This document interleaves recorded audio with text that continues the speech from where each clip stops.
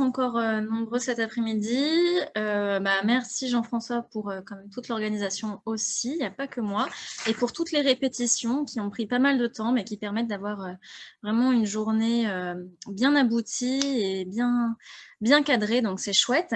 Donc cet après-midi, il y aura les médicaments, ORL ophtalmo, allergo générale, allergie professionnelle. Donc, on va commencer tout de suite par les médicaments. Donc, merci à tous de bien couper vos micros quand vous ne parlez pas. Et donc, pour les médicaments, on va accueillir Louise Joland et un étudiant un peu guest, du coup, Jean-François Nicolas, qui remplace au pied levé un étudiant. Jean-François qui a trouvé lui-même tous ces articles, qui a potassé comme un étudiant. Je vous laisse la parole. À toi, Louise. Hop, oui, alors.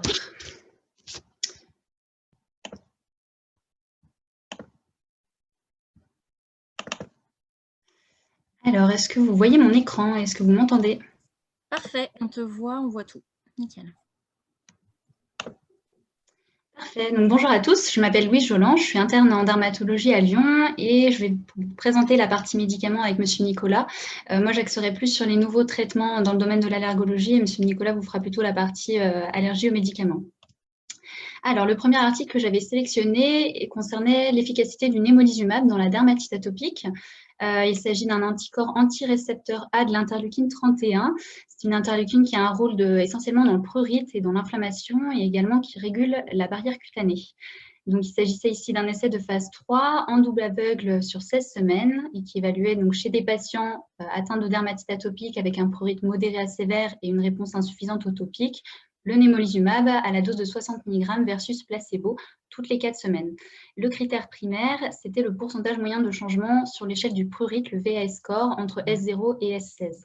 On avait également des critères secondaires avec la diminution de ce même score à 1 mois, la diminution de l'ISI, donc un score d'activité de la dermatite atopique, du DLQI, qui est un score de qualité de vie, le score ISI inférieur à 7, c'est le score d'insomnie, et la sécurité du traitement. Et donc, dans les résultats, on voit une efficacité sur le critère primaire du némolizumab avec une amélioration de 42,8% sur l'échelle du VAS, donc le prurite, versus 21,4% dans le groupe placebo, soit une différence de plus de 21%. On avait également des critères secondaires, une efficacité du némolizumab pour les critères secondaires. Donc, le némolizumab semble efficace dans le prurite chez les patients atteints de dermatite atopique. Le deuxième article concernait la sécurité de l'omalizumab dans la grossesse et reprenait une autre étude, en fait, l'étude EXPECT, qui était une étude observationnelle et prospective qui évaluait des critères périnataux chez des femmes enceintes qui étaient traitées par Xolair pour un asthme modéré à sévère. Les posologies, elles étaient variables, mais généralement, c'était 300 à 375 mg toutes les 2 semaines. Et l'objectif était de comparer ces résultats à ceux d'un groupe contrôle qui était issu d'une base de données québécoise, donc c'était la population KEC. Et donc, les résultats sont dans le tableau. Donc, on voit des critères périnataux semblables dans les deux populations. Je vous ai encadré notamment le taux de naissance vivante qui est plutôt comparable. En fait, tous les critères étaient relativement comparables. On avait une petite différence concernant la prématurité, 15% versus 11%, mais qui était plutôt attribuée a priori à une prise de corticoïdes plus importante dans la population EXPECT que dans la population KEC, vu qu'on voit des taux similaires de naissance prématurée chez les patientes non exposées aux corticoïdes. Le pourcentage d'anomalies congénitales majeures était également similaire dans les deux populations. Donc, en conclusion, pas de preuve d'un risque augmenté de complications périnatales chez les enfants de mères traitées par omalizumab pendant leur grossesse. Le troisième article évaluait le ruxolitinib topique dans la dermatite atopique, donc on en a déjà un petit peu parlé. Le ruxolitinib, c'est un inhibiteur de JAK1 et 2. Ici, il s'agissait d'un essai de phase 2 randomisé en double aveugle sur 8 semaines, qui portait donc chez 307 patients atteints de dermatite atopique légère à modérée, donc avec un score IGA entre 2 et 3 et une surface atteinte de 3 à 20%. Et qui évaluait donc le ruxolitinib topique versus placebo. Le critère primaire étant l'amélioration du score ISI à 1 mois. Et on voyait que le critère primaire était plutôt rempli avec le ruxolitinib, donc 1,5%, 2 applications par jour, étant donné qu'on avait un score ISI de 71, amélioré de 71,6% dans le groupe traité versus 15% dans le groupe placebo. On avait aussi une amélioration du score IGA, 38% versus 7,7%. Et en critères secondaires, il l'évaluait aussi versus une crème à base de cortisone. On voyait une efficacité supérieure du ruxolitinib, 71% sur le score EASI versus 59%, et sur le score IGA aussi. On avait une amélioration du prurite rapide après 36 heures et jusqu'à 12 semaines de traitement et une bonne tolérance. Donc en conclusion, le topique au ruxolitinib permet une réduction rapide et durable des symptômes de dermatite atopique. Quatrième article qui évaluait les anticorps anti-IL-13 dans l'œsophagite eosinophile. C'est une maladie où il y a actuellement peu de traitements et pas de traitement ciblé. L'IL-13 est une interleukine de type Th2 qui a un rôle dans l'activation des fibroblastes et des éosinophiles. Et une des premières complications de la maladie, c'est la fibrosténose qui est médiée par la transition épithélio-mésenchymateuse, c'est-à-dire que les cellules œsophagiennes perdent leurs caractéristiques épithéliales et acquièrent plutôt des caractéristiques mésenchymateuses. Donc ici, c'était en fait une sous-étude d'un essai de phase 2 randomisé en double aveugle contre placebo qui portait sur 69 patients qui étaient traités de manière hebdomadaire par anti-IL-13 à la dose de 180 mg, 360 mg ou placebo. Et le critère primaire, c'était le pourcentage de modification en immunofluorescence de la vimentine sur les cellules épithéliales entre S0 et S16. Et on voit que dans le groupe 360 mg, on a une diminution de la vimentine. J'ai oublié de préciser, la vimentine étant un marqueur mésenchymateux versus placebo, donc une diminution de 4,24% en valeur absolue. Donc, les anticorps anti-IL-13 diminuent les marqueurs de la transition épithélio-mésenchymateuse et peuvent ainsi améliorer la fibrose chez des patients atteints d'œsophagite eosinophile. Last article is about perioperative antibiotic prophylaxis and penicillin allergy. Penicillin allergy label restricts perioperative use of beta-lactam, and patients with penicillin allergy label often received alternative antibiotics as opposed to cefazolin and cefuroxime.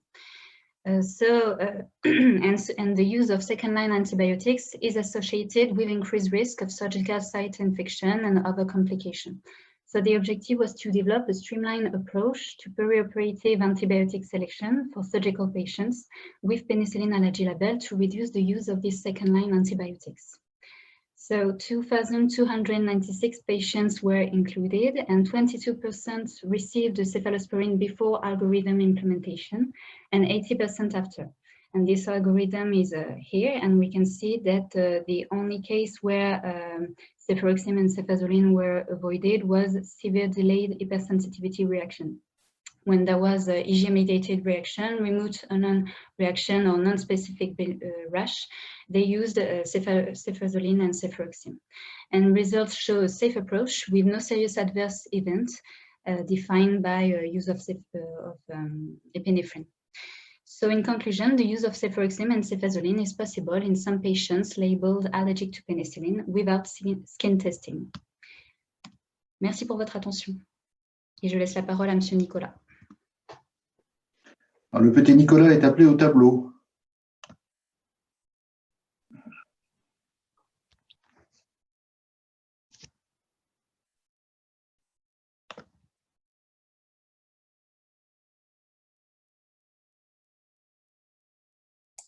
Est-ce que vous voyez quelque chose?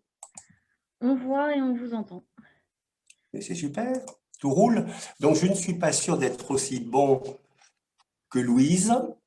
Par contre, si vous pouvez vous mettre en plein écran. Il faudra m'excuser. Oui, c'est bon, ça marche. OK.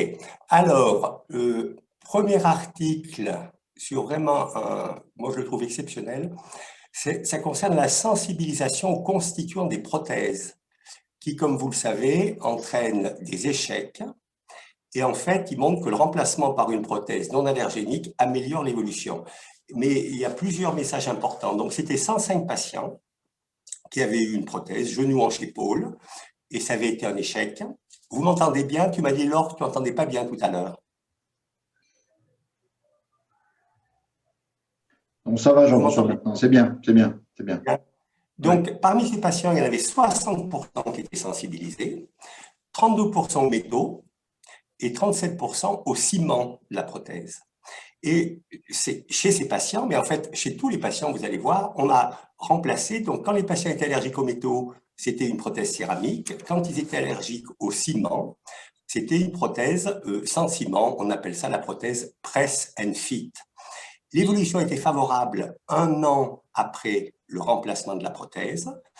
Chez les sensibilisés, ce qui est intéressant, c'était aussi favorable chez ceux qui n'étaient pas sensibilisés.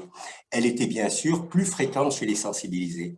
Et vous avez le tableau ici. Chez les patients qui sont sensibilisés et chez qui on va réviser, donc changer la prothèse, eh bien 73% sont améliorés par rapport à 8% seulement qui n'ont pas eu de changement de prothèse. Mais ce que vous voyez aussi, c'est que s'il n'y a pas de sensibilisation, eh bien, il y a quand même 69% des patients qui sont améliorés.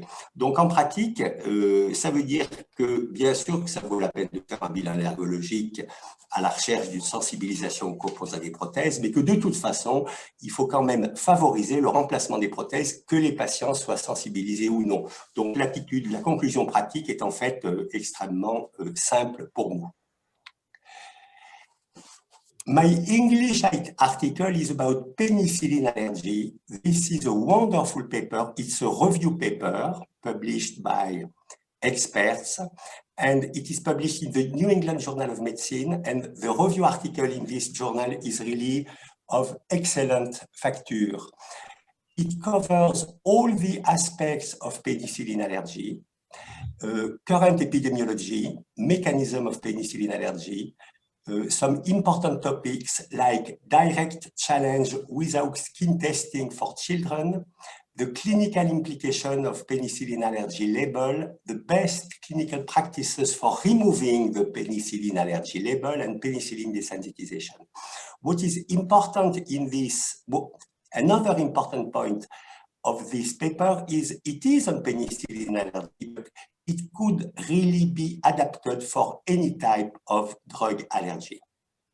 I just want to show one illustration, very good quality illustration, which remind us that when we say drug allergy, it could be any type of drug hypersensitivity. It could be a type 1 hypersensitivity, IgE-mediated, type 2, involving IgG antibodies, type 3, involving immune complexes, and type 4, involving either what we call the type 2, cytotoxic, or type 1 and type 17 T cells. So really, you need absolutely to read this review. Alors, cet article, c'est un article lyonnais. Ça concerne l'hypersensibilité aux antibiotiques chez les patients atteints de mucoviscidose.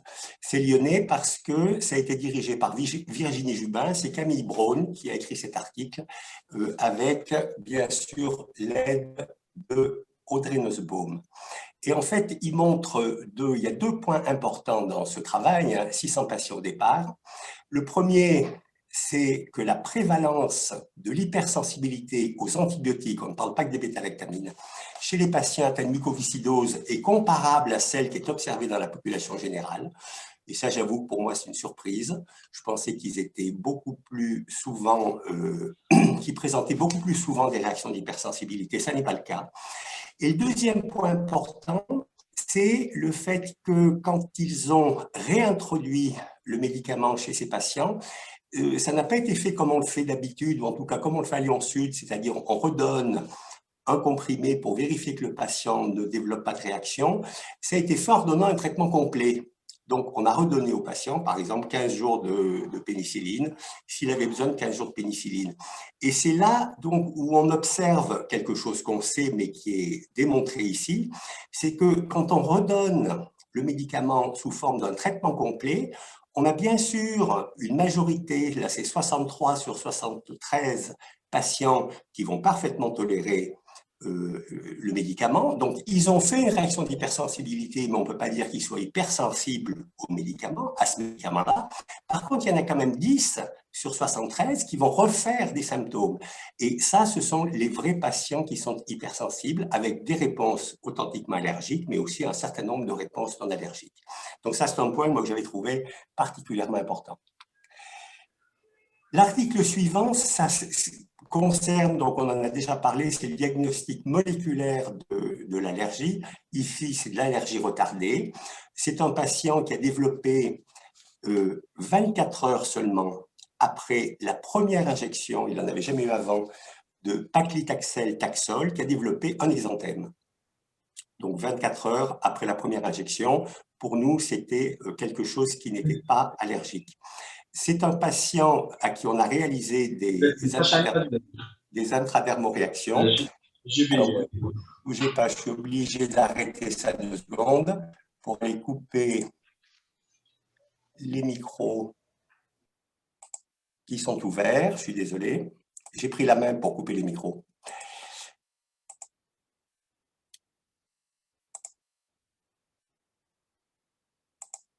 Donc, je reprends.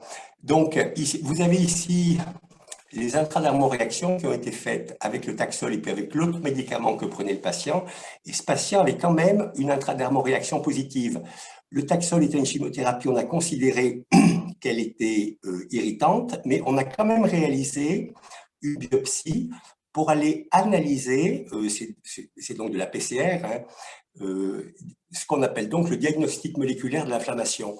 Et quand on compare en noir, c'est le médicament contrôle qui ne donne pas d'inflammation, et en gris, c'est le Taxol, eh bien on voit en fait que l'intradermoréaction au Taxol est une intradermoréaction allergique, puisqu'on voit qu'il y a un recrutement de CD4, de CD8 qui produisent de l'interféron gamma et qui ont une activité cytotoxique.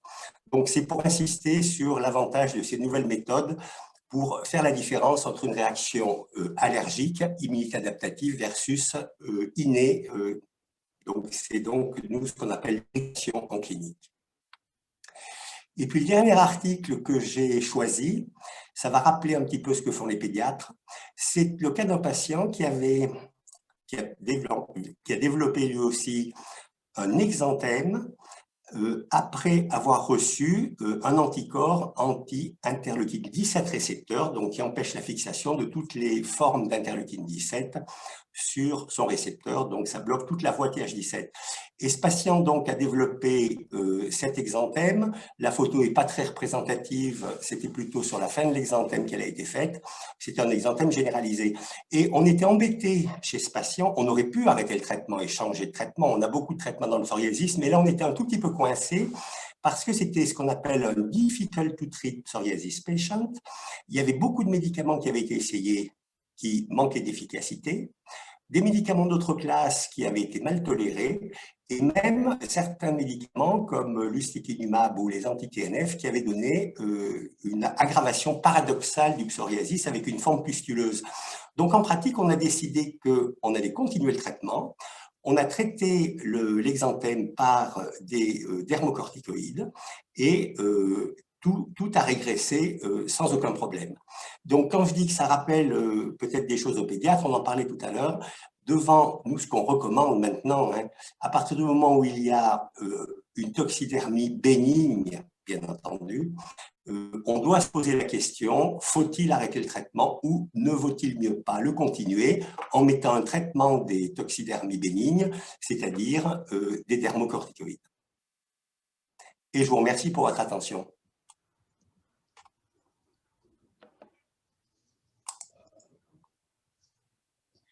Merci beaucoup à tous les deux.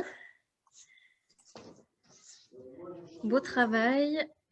Il n'y a pas de questions pour le moment. Ah, si.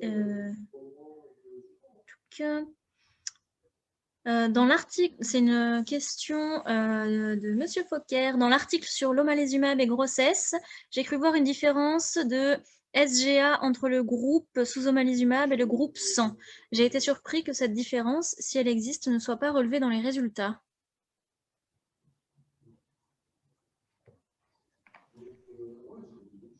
Qui veut répondre? Donc, ça, c'est pour Louise. C'était le deuxième article, je crois. Oui, tout à fait. C'est vrai qu'il y avait une différence, mais que les auteurs en fait ne relevaient pas vraiment. Ils parlaient surtout de la prématurité qui était donc un peu modifiée. Et c'est vrai qu'on était autour de 10% dans le groupe EXPEC versus 15%, je crois, dans le groupe EXPEC. Mais c'est vrai qu'ils n'en parlaient pas en fait dans les résultats et dans la suite de l'article. Donc, Mais là, c'est la dysmaturité, hein, c'est les small for gestation age, et il y a une grosse différence, me semble-t-il. Je ne suis pas sûr. Oui, tout à fait, mais je ne pourrais pas vous en dire plus. D'accord.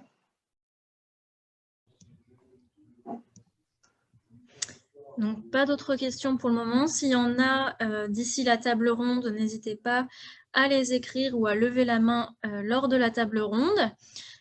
Du coup, on va passer au module ORL Ophtalmo avec Élodie Frappé et Coralie Hérault. Bonjour à tous. Alors, attendez, je vais me remettre sur...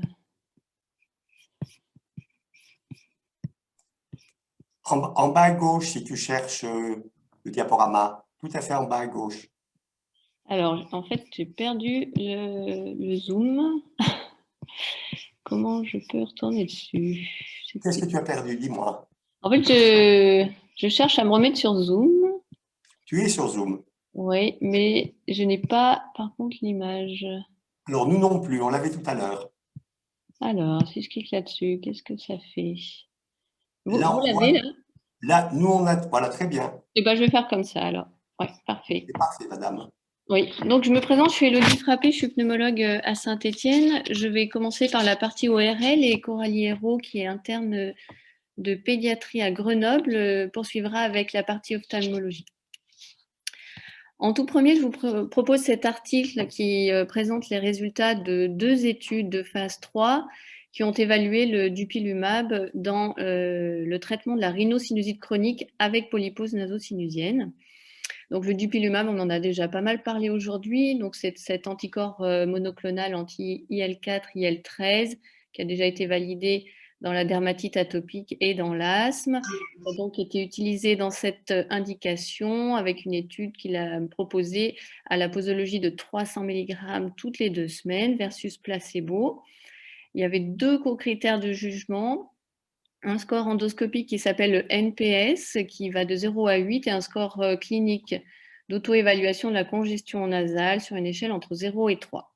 Au total, 724 patients inclus dans les 2 études, avec des résultats qui étaient significatifs en termes d'efficacité à la fois sur le NPS, avec une baisse d'environ 2 points sur ce score-là, et également sur la congestion nasale, avec moins 0,9 points par rapport au placebo à 24 semaines. Il y avait d'autres améliorations notées qui étaient la qualité de vie, l'amélioration de l'odorat et le scanner des sinus. Et en termes d'effets secondaires, ils étaient moins nombreux dans le groupe traitement, dans le groupe dupilumab, et il s'agissait d'effets secondaires assez mineurs, érythème au point d'injection, par exemple, mais la conjonctivite ne ressortait pas sur cette étude. Donc, ces résultats ont permis donc de conclure à l'efficacité et à la sécurité du dupilumab dans cette indication, et ce qui permet déjà de le positionner dans certaines guidelines et permis d'obtenir son AMM. It just makes perfect transition to the second slide, which is about EPOS 2020. EPOS for European Position Paper on Rhinosinusitis. The last edition was in 2012. It's a huge work, of reviews and guidelines on that topic of rhinosinusitis. Among these more than 400 pages, I selected for you 2 points. First of all, a new classification of chronic rhinosinusitis. The former one was CRS, so chronic rhinosinusitis with or without nasal polyps. For a new one, which is divided into primary and secondary CRS, and to divide each into localized or diffuse disease. And for primary CRS, type 2 or non-type 2 inflammation, and for secondary CRS, again, a division into dependent on local pathology, mechanical, inflammatory, or immunological factors. The second point is that the EPOS 2020 provides a full evidence-based systematic review on the management of CRS. And the significant shift since 2012 represented by the options of biologicals targeting type 2 inflammation. The acceptance of dupilumab by the FDA and EMA has significantly changed the treatment options in type 2 CRS, and it is expected that other monoclonal antibodies will follow. The positioning of this treatment has been clarified, and the proposition is that biologics are indicated for patients with CRS with bilateral polyps after surgery, and who fulfill 3 criteria among type 2 inflammation, need for systemic corticosteroids, impaired quality of life, loss of smell, or comorbid asthma. It is recommended to evaluate efficacy of this very expensive treatment after 4 months and 1 year on 5 response criteria, which are reduction of polyp size, need for systemic corticosteroids, impact of comorbidities, and improvement of quality of life or sense of smell. If none of them is fulfilled, it is recommended to stop the treatment. À présent, j'aimerais vous parler de rhinite allergique, avec en premier cette étude qui s'intéresse à l'impact de la rhinite allergique sur la qualité de vie des enfants du point de vue de leurs parents. Le rationnel qui sous-tend cette étude, c'est que la sévérité des symptômes et la qualité de vie sont 2 choses différentes, pas forcément corrélées. Et le but de cette étude était de rechercher quels étaient réellement les facteurs qui influencent la qualité de vie au quotidien dans la rhinite allergique. C'est une étude australienne transversale parue en novembre dans le BMJ Open, qui a questionné un peu plus de 1000 parents d'enfants âgés de 6 à 15 ans sur la perception qu'ils avaient de l'état de santé global de leur enfant. En termes de résultats, il y avait tout de même 72% d'enfants avec une rhinite allergique, globalement plutôt sévère, et seulement 50% avaient un bon contrôle de leurs symptômes. L'étude confirme qu'avoir une rhinite allergique impacte significativement l'état de santé des enfants tel que perçu par leurs parents sur une échelle visuelle analogique. Et également, il était noté moins de jours passés en bonne santé chez les enfants avec rhinite allergique, plus de jours en moins bonne santé, qu'elle soit physique ou émotionnelle, toujours perçue par les parents. L'étude montrait aussi une diminution significative des performances scolaires et dans les autres activités extrascolaires, plus d'absentéisme, plus de comorbidité, une qualité et une durée de sommeil réduite. Enfin, ce qui ressortait surtout de l'analyse statistique comme facteur clé influençant la perception de l'état de santé, c'était le mauvais contrôle des symptômes. Ce que les auteurs ont rapporté à une mauvaise connaissance des principes pharmacodynamiques des traitements de la rhinite allergique et du coup, un mauvais usage des traitements. En conclusion, cet article souligne l'importance de l'éducation thérapeutique et de la décision partagée pour guider au mieux nos patients dans la gestion de leur traitement afin d'obtenir un meilleur contrôle des symptômes, ce qui est dans la droite ligne des dernières recommandations ARIA. Ensuite, je vous ai sélectionné, toujours dans le thème de la rhinite allergique, cette étude originale qui touche à l'actualité de 2020 et qui pose une question qui est: est-ce que le port du masque imposé par la crise sanitaire peut modifier les symptômes de rhinite allergique? C'est une étude multicentrique nationale israélienne de cohorte auprès de 300 infirmiers et infirmières qui a rapporté une rhinite allergique et qui ont donc évalué la sévérité de leurs symptômes avant et après port du masque pendant 1 semaine. L'étude s'est déroulée au mois d'avril 2020, donc en pleine période pollinique printanière. Les résultats mettent en évidence une réduction des symptômes modérés à sévères après port du masque, qu'il soit chirurgical ou FFP2. En analyse de sous-groupe, ce bénéfice n'était plus visible pour les rhinites permanentes et il n'y avait pas de bénéfice non plus sur les symptômes de conjonctivite allergique. Ces éléments sont donc en faveur d'une efficacité du port du masque, vraisemblablement pour leur efficacité de filtration des allergènes.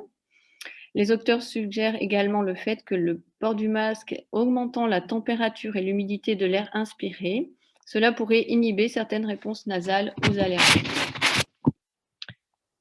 Enfin, je terminerai avec un article de thérapeutique dans la rhinite allergique, avec cette d'une antilucase, un antileucotriène développé dans le traitement de l'asthme. Il s'agit d'une méta-analyse qui a récupéré les données de 15 études, soit plus de 10 000 patients, qui a donc comparé le montelukast au placebo et au traitement standard de la rhinite allergique. L'évaluation portait sur 2 critères, ce qu'ils appelaient les symptômes diurnes, le DNS, et les symptômes nocturnes, NNS. En comparaison au placebo, le montelukast ressort comme plus efficace, à la fois sur les symptômes diurnes et sur les symptômes nocturnes. Si on compare le montelukast au traitement standard, à savoir antihistaminiques oraux et corticostéroïdes locaux, le montelukast est globalement moins efficace, sauf sur un point, il semblerait faire un peu mieux que les antihistaminiques sur les symptômes nocturnes. Et enfin, un autre élément intéressant, c'est que l'association montelukast plus antihistaminique fait mieux que les antihistaminiques, à la fois sur les symptômes diurnes et sur les symptômes nocturnes. Ces résultats ouvrent donc des perspectives de positionnement thérapeutique du montelukast dans cette indication, notamment peut-être chez les patients insuffisamment contrôlés par les traitements standards. Et je vous remercie de votre attention et je vais passer la parole à Coralie. Bonjour. Alors, hop.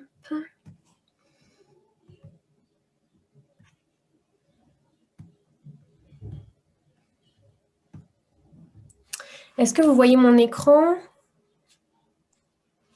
Très bien. Très, très bien.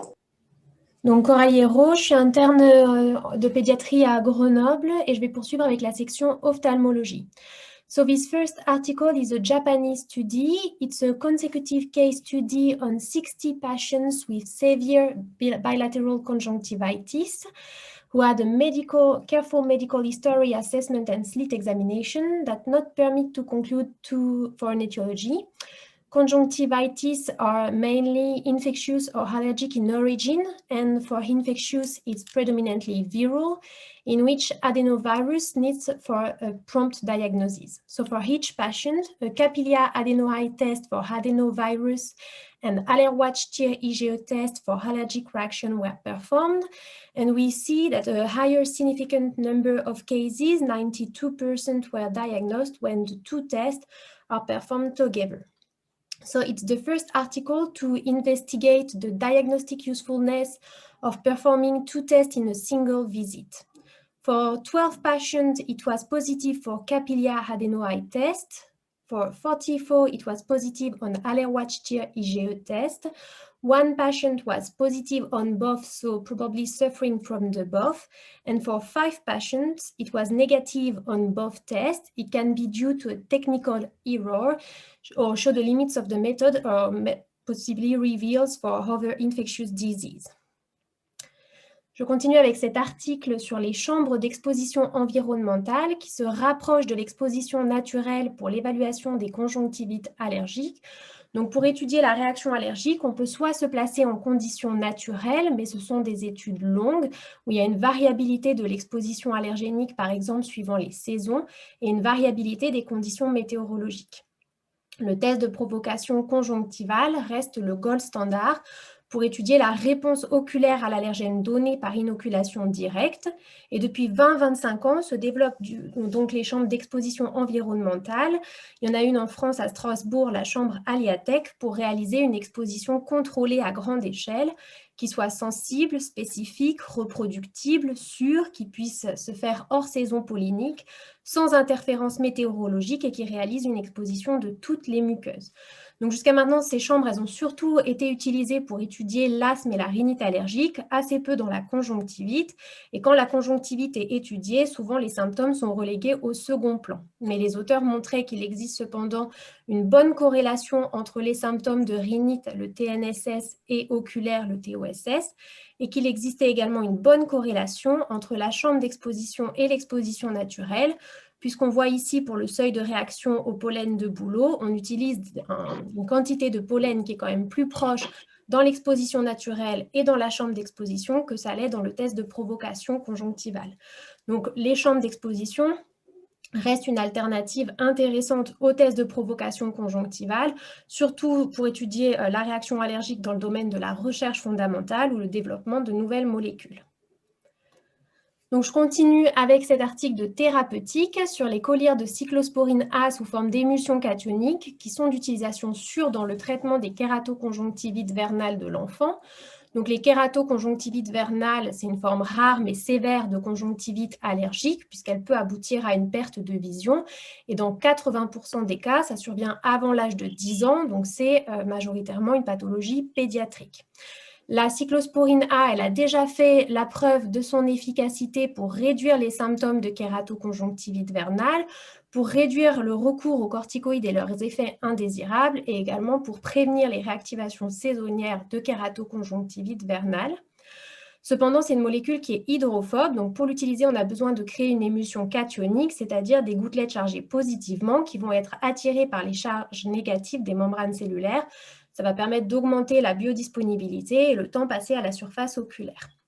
Donc, l'étude que je présente, elle fait suite à l'étude de Vectis qui a été publiée en 2019, qui, pendant 4 mois, a étudié l'efficacité de la molécule de cyclosporine A. Et je présente les résultats sur les 8 mois suivants, donc l'étude de tolérance. On voit que seulement 4 patients ont eu des effets indésirables graves, un seul ayant fait arrêter le traitement, qui était lié essentiellement à une douleur oculaire. Effectivement, le symptôme qui revient le plus fréquemment et la douleur aussi d'instillation du collyre, assez peu dans la période de suivi, donc c'est plutôt un effet qui est précoce. Mais on voit ici un bon profil de tolérance. Je continue avec les lentilles de contact à base de nanoparticules pour la prise en charge des conjonctivites allergiques. Donc là encore, dans le traitement des conjonctivites allergiques, on utilise souvent des collyres qui sont rapidement éliminés de la surface oculaire. Donc une faible biodisponibilité qui nécessite des administrations répétées. Les lentilles de contact, elles ont été développées pour permettre d'augmenter la biodisponibilité, d'augmenter le temps passé à la surface oculaire. Donc, il y a plusieurs études, de nombreuses études même qui ont montré des résultats prometteurs. Et moi, je montre ici l'exemple du kétotifène, donc qui est un antihistaminique H1, qui est comme tout à l'heure avec la cyclosporine A, une molécule qui est hydrophobe, d'où l'intérêt de la technologie des nanoparticules pour pouvoir l'encapsuler et le rendre plus hydrophile. Donc, on voit, ça a été étudié in vitro et in vivo. C'est ce qu'on voit en bleu et en vert. La technologie des nanoparticules permet d'augmenter le temps de relargage du kétotifène par rapport aux lentilles de contact en noir qui n'en contiennent pas. Pareil, in vivo, on voit qu'on peut prolonger jusqu'à 48 à 96 heures le temps de relargage du kétotifène dans des larmes par rapport au collyre qui est éliminé immédiatement. Donc, encore des résultats novateurs. Et je continue avec cet article d'actualité sur le Covid-19, une remise en question dans la prise en charge des allergies oculaires. En effet, la conjonctivite, ça peut être un des premiers symptômes de Covid-19 avant même l'apparition des symptômes respiratoires. Le port du masque ne protège pas des signes oculaires de la conjonctivite allergique. Dans le traitement de la conjonctivite allergique, on peut avoir recours à des immunosuppresseurs qui, même s'ils sont déposés uniquement au niveau de la surface oculaire, vont avoir un certain passage dans la circulation, un certain passage systémique qui peut favoriser l'infection ou les réactivations virales. Et enfin, dans le système sanitaire actuel qui est en crise, l'accès aux consultations peut aussi être plus difficile. Donc, c'est dans ce contexte que les auteurs se sont intéressés à voir si les recommandations récentes de l'EEACI étaient toujours d'actualité, donc je vous les ai mis à gauche.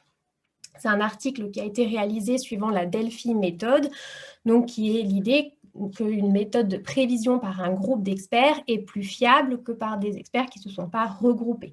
Donc les experts répondent à un questionnaire, une synthèse est faite par un médiateur, ils peuvent modifier leurs réponses en connaissant les réponses des autres experts et aboutir à un consensus.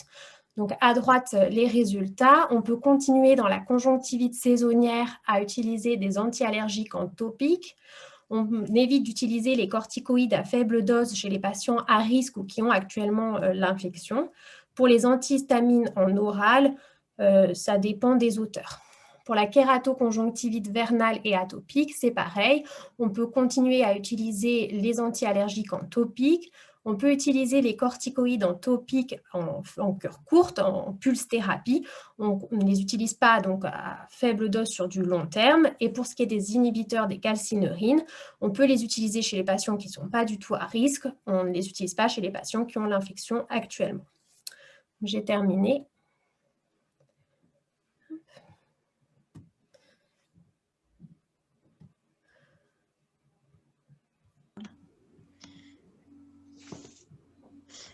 Alors, comment j'arrête? Hop.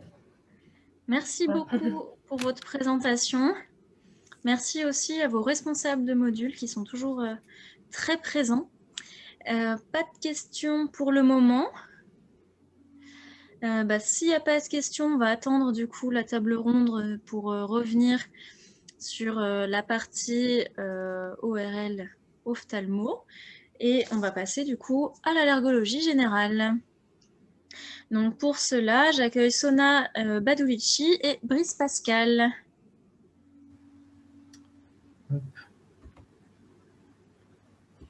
Allez les filles. Non, c'est...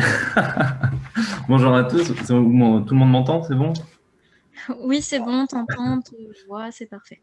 Bonjour à tous. Donc moi, je suis Brice Pascal. Je suis interne en DES d'allergologie actuellement en 3e semestre à Clermont-Ferrand. Et je suis accompagné de Sonia Badoulici, qui est dermatologue à Bucarest. On va vous présenter le module allergologie générale.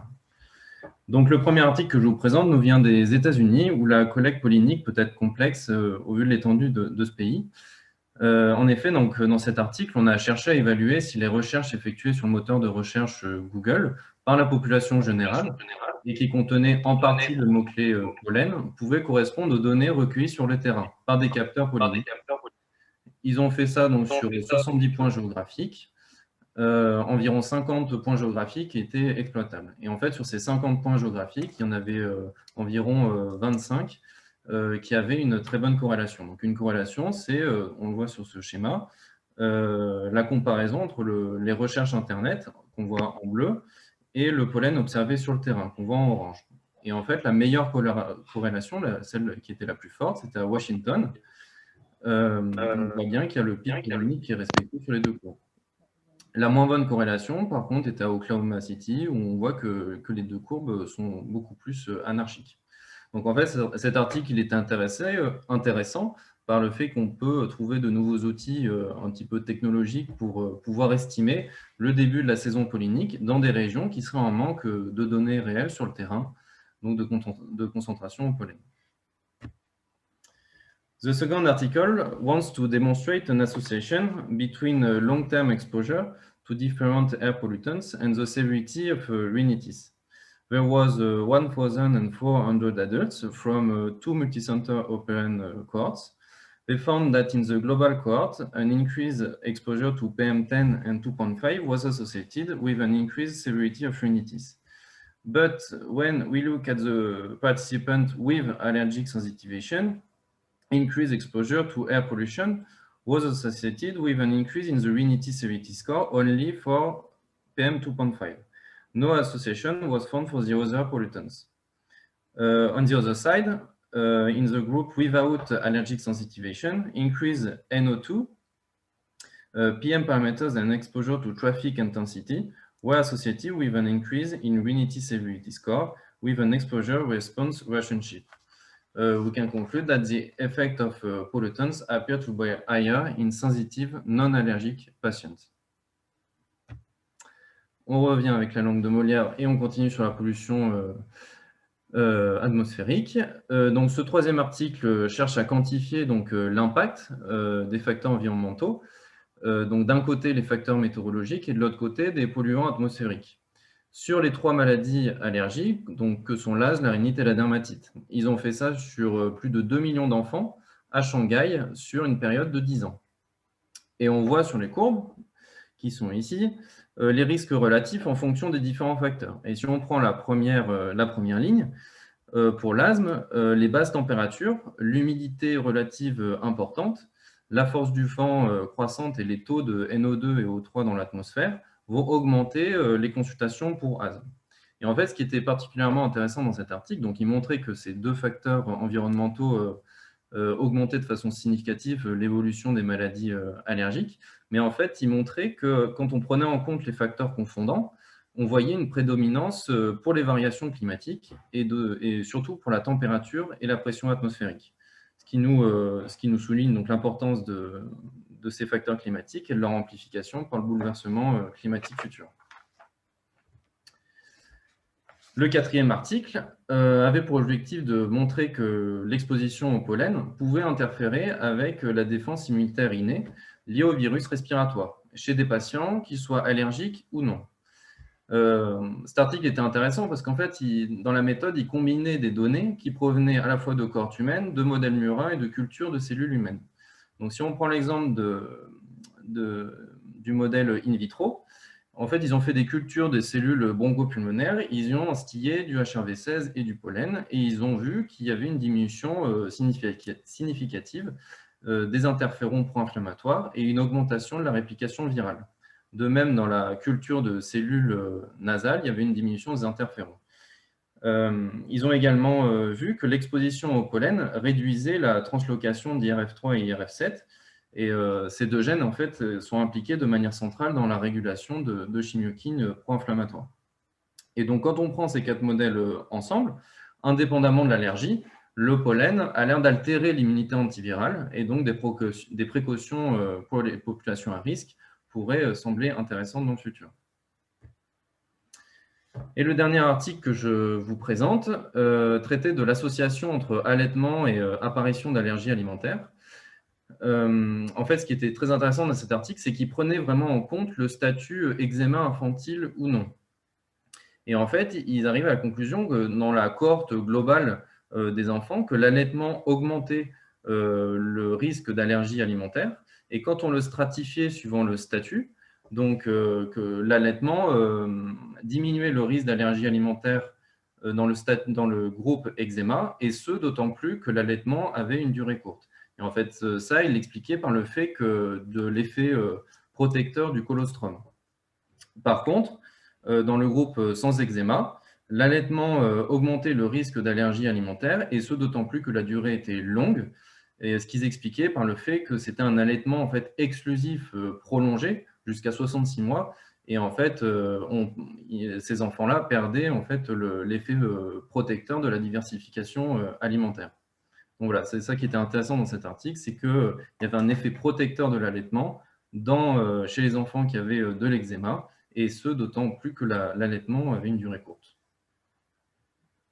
Merci.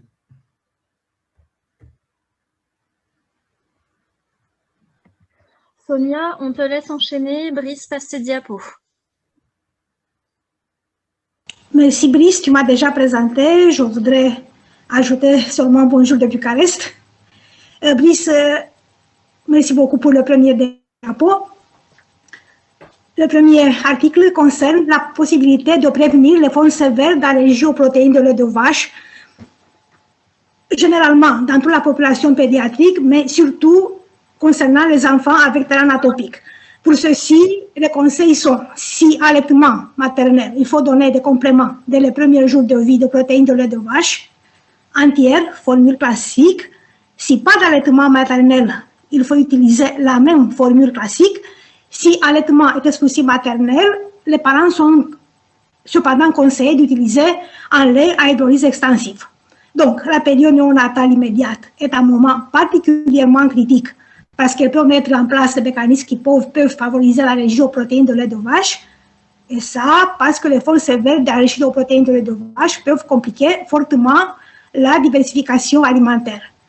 Brice, s'il te plaît, le suivant diapo. L'anaphylaxie alimentaire à l'effort au blé est une entité potentiellement létale. Et c'est pour ça que les auteurs de cet article ont pensé à omalizumab pour améliorer, pour commencer une nouvelle voie thérapeutique dans ce type d'anaphylaxie. 2 patients sont présentés ici, tous les deux avec urticaire spontanée chronique sévère nécessitant l'administration d'omalizumab.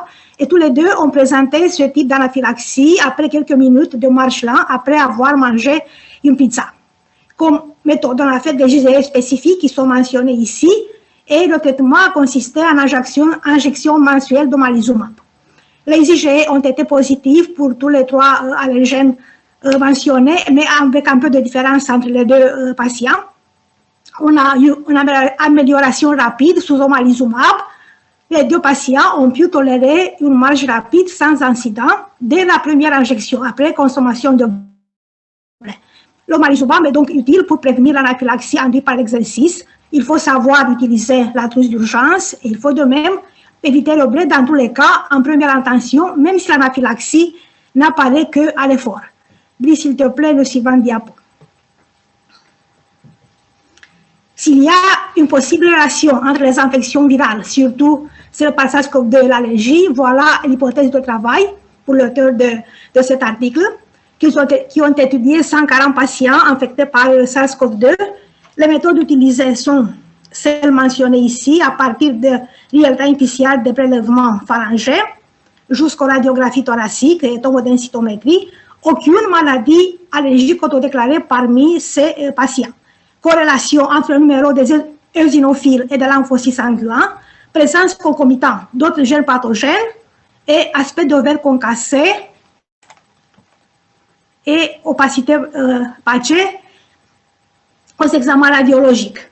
Aucun patient allergique sur 40 patients infectés par SARS-CoV-2. Ça, c'est la première conclusion, mais aussi l'asthme ou autres manifestations de l'allergie ne sont pas des facteurs de susceptibilité pour le COVID-19. Pas de résultat donc sur l'association entre l'asthme et le SARS-CoV-2 et l'eosinopénie associée à la lymphopénie peut être un indicateur utile pour le diagnostic. Et cet article vient à continuer celui présenté par Laurie Castello en pneumologie, article qui concernait aussi l'association possible entre SARS-CoV-2 et allergie respiratoire. Brice, s'il te plaît, le suivant diapo. Et merci. And now about a plant, Ocimum basilicum, starting from the hypothesis that the daily consumption of basilicum seeds can be efficient in cytokine production and cell hyperplasia in asthma. 3 groups of mice were studied, actively sensitized by ovalbumin solution, allergic asthma models receiving basilicum in feed, and healthy mice. As method, RNA extraction from bronchoalveolar lavage fluid, construction of cyclic DNA from total RNA, real-time quantitative PCR, and histopathology. Ovalbumin-treated mice exhibited higher messenger RNA expression of these 5 interleukins, and here you can see the expression of interleukin 5 and endotoxin in bronchoalveolar lavage, as well as goblet cell hyperplasia here. Both parameters show significantly reduced values in allergic asthma models receiving basilicum here and here. Basilicum is efficient in preventing of allergic asthma. This study being the first to investigate the effect of basilicum on suppression of the cytokines involved in allergic asthma. And the last, Brice, s'il te plaît. Concerning biphasic anaphylaxis, why have we no its risk? Because biphasic anaphylaxis is a recurrent anaphylaxis occurring on to 72 hours after resolution of an initial episode. There are risk factors for biphasic anaphylaxis, and very important are repeated epinephrine doses required with the initial presentation. There are additional risk factors as wide pulse pressure, a known anaphylaxis trigger, drug trigger in children, but there are also additional good practice statements. Epinephrine as the first line pharmacotherapy for two kinds of anaphylaxis. So do not delay the administration of this medicine. All patients should be kept under observation until symptoms have fully resolved, and also all patients should receive education on anaphylaxis. Epinephrine is the most important treatment of uniphasic and biphasic anaphylaxis, and complementary therapies should not delay rapid administration of épinéphrine.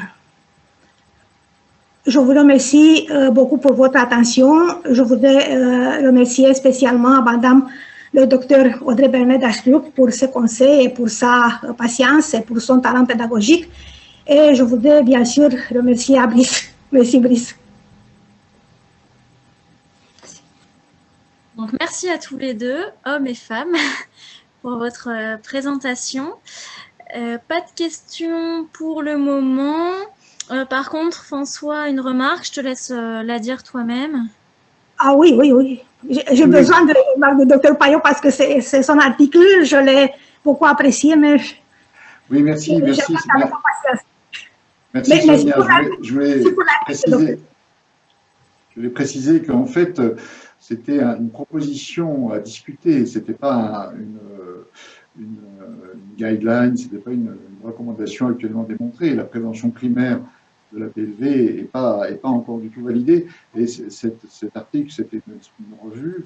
Et finalement, cette proposition, elle est issue du regroupement de tout un tas d'études observationnelles qui représentent plus de 3 à 4 000 nourrissons, qui montrent que l'introduction précoce par petite dose de lait de vache chez l'enfant, chez le nouveau-né à risque, mais de manière continue jusqu'au sevrage, semble avoir un effet préventif. Voilà, il manque la grosse étude. Il y avait l'étude japonaise de Shakira qui a été présentée tout à l'heure, qui est encore très partielaire. Et donc là, il faut être prudent dans l'interprétation, Sonia. C'est une proposition de discussion. Merci. Merci en tout cas.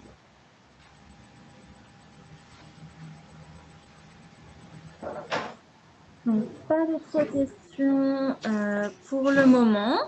On va donc passer à notre dernier module, l'allergie professionnelle, avec Sophie Échelet et Mathieu Van Capelle. C'est à vous.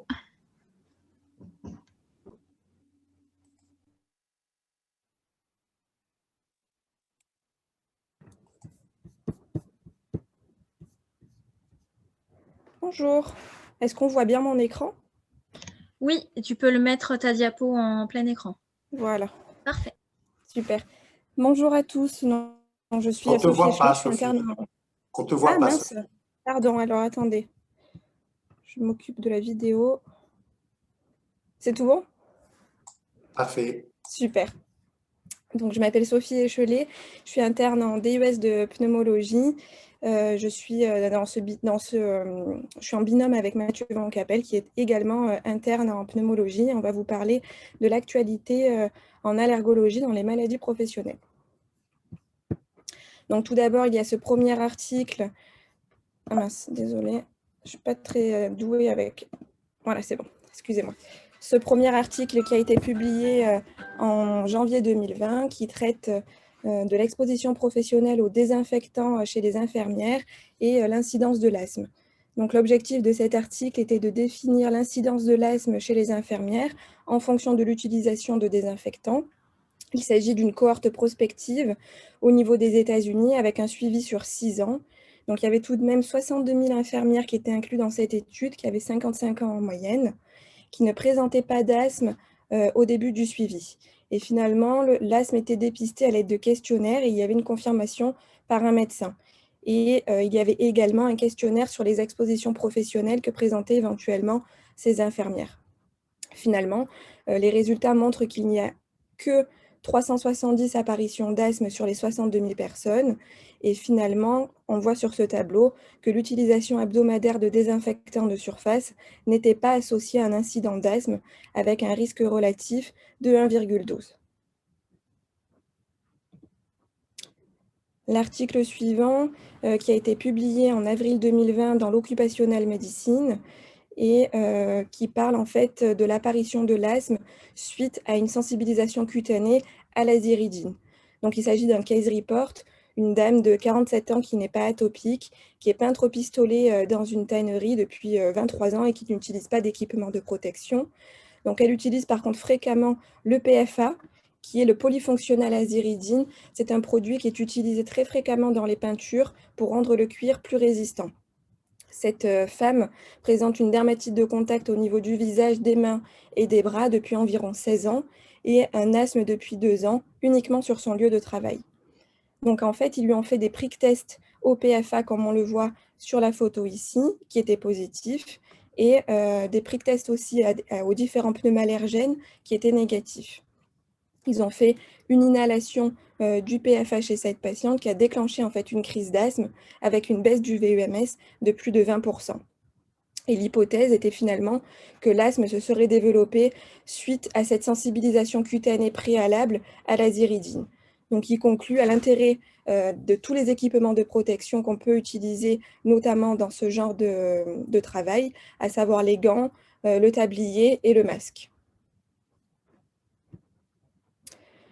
L'article suivant donc, a été publié en mai 2020 dans la revue Contact Dermatitis qui évoque en fait l'eczéma professionnel des mains pendant la pandémie Covid avec une comparaison entre les deux unités, Covid+ et Covid-. Donc il s'agit d'une étude réalisée en Allemagne dans un seul hôpital avec 114 soignants, des médecins, des infirmiers, infirmières et qui avaient un âge moyen de 35 ans.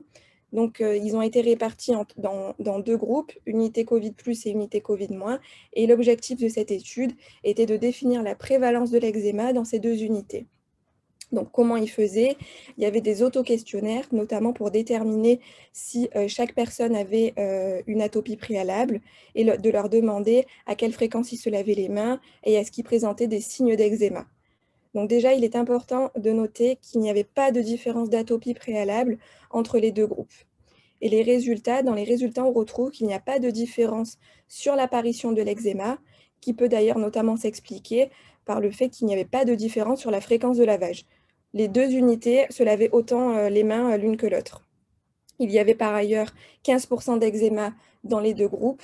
Et en conclusion, il proposait l'application de crème hydratante quotidienne avec des gants en coton à mettre sous les gants de travail pour chaque soignant. Then we have a case report published in April 2020 in the Journal American Academy of Dermatology. It's about the success of dupilumab in irritative and dermatitis. As a reminder, dupilumab, it's an anti-IL-4 receptor alpha. It's acting on IL-4 and IL-13. The patient is a 43-year-old male. It's a taxi driver with a frequent hand washing and a frequent contact with a steering wheel. He had hand eczema since 10 years. Epicutaneous tests with battery standard European were negative, and the treatment resist to topical corticosteroid, phototherapy, acitretin, and methotrexate for 6 months. The patient refused to wear gloves at work. After 1 month of dupilumab, he had a partial improvement. And finally, after 5 months, he had a complete response. Hypothesis was a possible type 2 inflammation in this dermatite irritative. The last case report was published in September 2020 in the Folia Medica. It's about frequent subject, the allergic contact dermatitis due to methacrylate in a dental technician. So the patient was a 24-year-old male, it's a dental technician. As a reminder, acrylate and methacrylate were derivatives of the acrylic acid. They are used in the manufacture of dental resins. The patient had hand eczema since 3 months, despite topical corticosteroid. He had epicutaneous tests were positive at 2 days and 7 days at the different methacrylate. So the diagnosis of allergic contact dermatitis of the hand were established, and we advised to the patient to wear protecting gloves at work and apply hydrating creams all of the day. Finally, he had an improvement without treatment only in 1 month. So the conclusion is again the benefit of protective equipment, the gloves actually in this case. J'ai fini, je vais laisser la parole à mon co-interne Mathieu Van Capelle.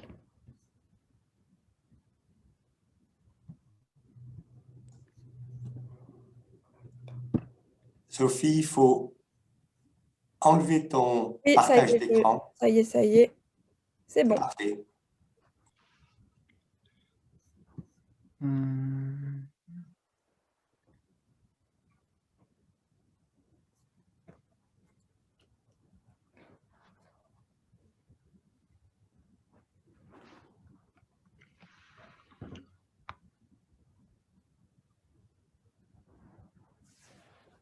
Donc, bonjour, je m'appelle Mathieu Vancapelle, je suis interne en DES de pneumologie et donc je prends le relais de Sophie pour parler un petit peu d'allergie professionnelle.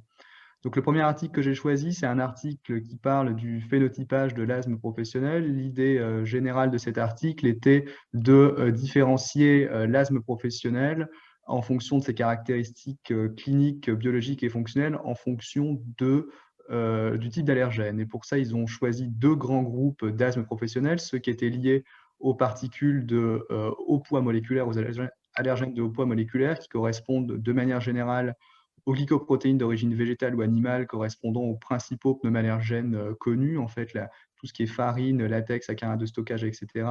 Et ils ont comparé ça aux allergènes de bas poids moléculaire qui correspondent principalement aux allergènes non protéiques, comme donc les chimiques, les isocyanates, les métaux comme le nickel, etc. Donc, c'est une étude de cohorte rétrospective qui s'est basée sur une cohorte européenne de patients qui avaient un asthme professionnel prouvé et ils ont comparé un certain nombre de paramètres.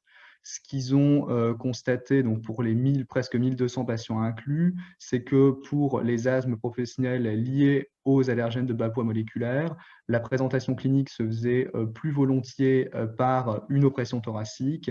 Ils avaient plus volontiers des expectorations.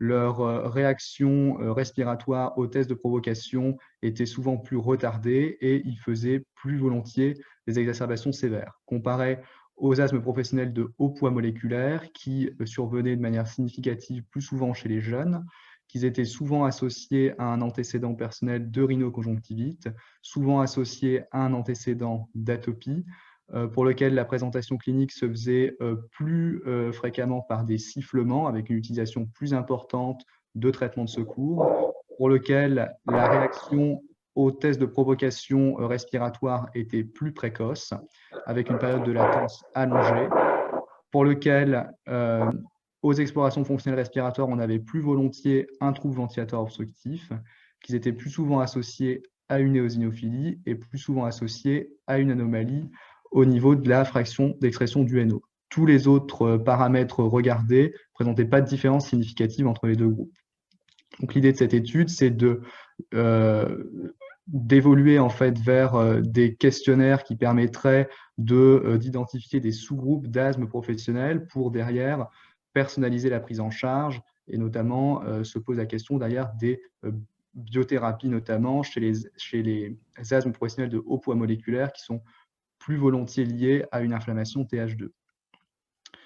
Le deuxième article parle de la bronchite éosinophilique professionnelle et de sa caractérisation. Donc pour les non-pneumologues, la bronchite éosinophilique professionnelle se définit par une augmentation de plus de 3% du taux d'éosinophiles dans les expectorations induites derrière un test de provocation, avec un test de provocation respiratoire qui est négatif, c'est-à-dire qu'on n'a pas d'impact sur le VVMS et qu'on n'a pas d'hyperréactivité bronchique avant ou après le test de provocation. L'idée de cet article était d'identifier chez des sujets ayant des symptômes d'asthme au travail ceux qui avaient une bronchite éosinophilique professionnelle. Donc, c'est une étude de cohorte rétrospective qui inclut des patients ayant un symptôme d'asthme et ils ont comparé en fonction de la réponse au test de provocation ceux qui avaient une bronchite éosinophilique et ceux qui avaient un asthme véritable. Donc, dans cette population, il y avait finalement 13% des patients qui avaient une authentique bronchite éosinophilique professionnelle. Elle se manifestait principalement par une toux isolée au travail avec des symptômes peu invalidants parce que de courte durée. Ils ont, comme analyse complémentaire, essayé d'étudier la valeur statistique de la fraction d'expression du NO pour poser le diagnostic de bronchite éosinophilique professionnelle et pour eux, dans cette étude, c'est une mauvaise valeur diagnostique. La conclusion de cette étude, c'était de dire en fait que chez des patients qui ont une toux isolée au travail avec des EFR et des tests de provocation respiratoire normaux, ça peut valoir le coup de se poser la question d'une éventuelle bronchite éosinophilique et à ce moment-là, se pose la question de faire des expectorations en vide pour confirmer le diagnostic, pour derrière le déclarer et le traiter.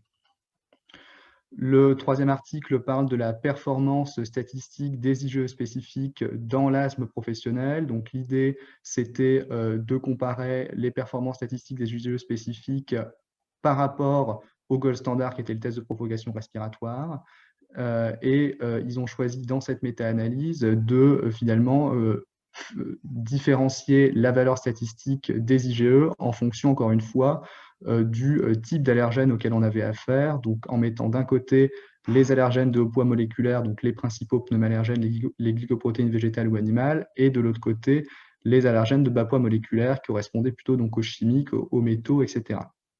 Et donc, pour la conclusion de cette méta-analyse est de dire que dans l'asthme professionnel confirmé pour des allergènes de haut poids moléculaire, la valeur statistique, la performance statistique des IgE spécifiques est globalement correcte, avec une sensibilité moyenne à 0,74 et une spécificité à 0,71. En revanche, pour les allergènes de bas poids moléculaire, la performance statistique des IgE spécifiques est complètement discutable.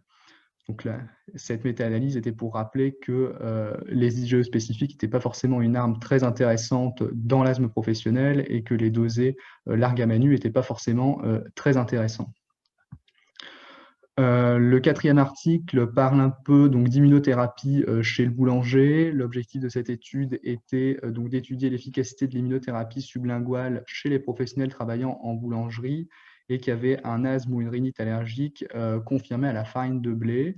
C'est une cohorte prospective de 5 boulangers qui avaient une allergie respiratoire confirmée à la farine de blé sur un test de provocation, qui ont bénéficié pendant 3 ans d'une immunothérapie sublinguale. Donc, cette immunothérapie, c'était des extraits de farine de blé disponibles en Italie, pas en France a priori, et ils ont fait une induction de tolérance progressive avec un entretien de l'immunothérapie sur 3 ans en surveillant un certain nombre de paramètres que vous voyez ci-dessous.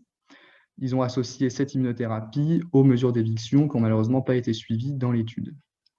Et donc, les résultats de cette étude montrent pour les 4 patients qui ont terminé l'intervention qu'on avait une efficacité assez globale de l'immunothérapie, à la fois donc, avec une amélioration des scores cliniques de sévérité, une réduction du traitement de fond par corticoïdes inhalés, une réduction du taux de la protéine cationique des éosinophiles, une réduction de la fraction d'expression du NO, une réduction du taux d'IgE total, une amélioration des paramètres fonctionnels respiratoires et ORL, et une réduction de l'hyperactivité bronchique. Donc, la conclusion de cette étude est de dire qu'on peut avoir un intérêt de l'immunothérapie en allergologie professionnelle respiratoire chez les patients qui ne veulent pas être reclassés, par exemple. Le dernier article choisi parle de la dermatite professionnelle chez le musicien. L'idée de cette étude était d'identifier chez les musiciens professionnels le type de dermatose qu'ils pouvaient présenter et le type de sensibilisation. C'est un recueil rétrospectif multicentrique européen qui a inclus en fait un certain nombre de patients qui avaient des patch tests positifs, et au sein de ce groupe, ils ont séparé les musiciens professionnels des musiciens non professionnels. Ils les ont comparés sur un certain nombre de critères. Ils ont identifié dans la cohorte de presque 210 000 patients 236 musiciens professionnels qui présentaient avec des patches positifs, souvent des dermatites de contact, parfois des dermatites atopiques, parfois des dermatites irritatives. C'était de manière significative souvent des patients jeunes, souvent des patients de sexe masculin qui présentaient de manière logique plutôt des dermatoses du visage. Et on avait une imputabilité professionnelle confirmée chez 8,9% des patients présentant des dermatoses. Ce qui était assez curieux, c'était que le profil de sensibilisation entre musiciens et non-musiciens était identique, notamment lorsqu'on se focalisait sur les allergènes présents au niveau des instruments de musique. Donc, la conclusion de cette étude était de dire que être musicien professionnel est un facteur de risque de dermatose, qu'il peut présenter des dermatoses professionnelles de manière significativement moins importante que la population générale, mais que c'est possible et qu'il y a un intérêt donc, des mesures de protection et d'éviction chez ces patients-là qui présentent des dermatoses. Je vous remercie de votre attention.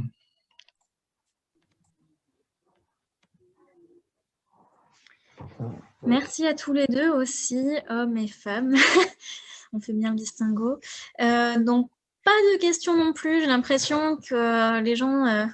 c'est pour la table ronde. En sieste postprandiale. Non, c'est la table ronde. Et oui, donc on va débuter la table ronde. Donc, vous pouvez écrire... Mathieu, il faut... dans la partie discussion ou lever la main, mais après, je ne vois pas par contre tous les... Il y a beaucoup de questions. Hein. Voilà. Beaucoup de bah, questions. Ouais. Je démarre avec Mathieu puisqu'il est en ligne.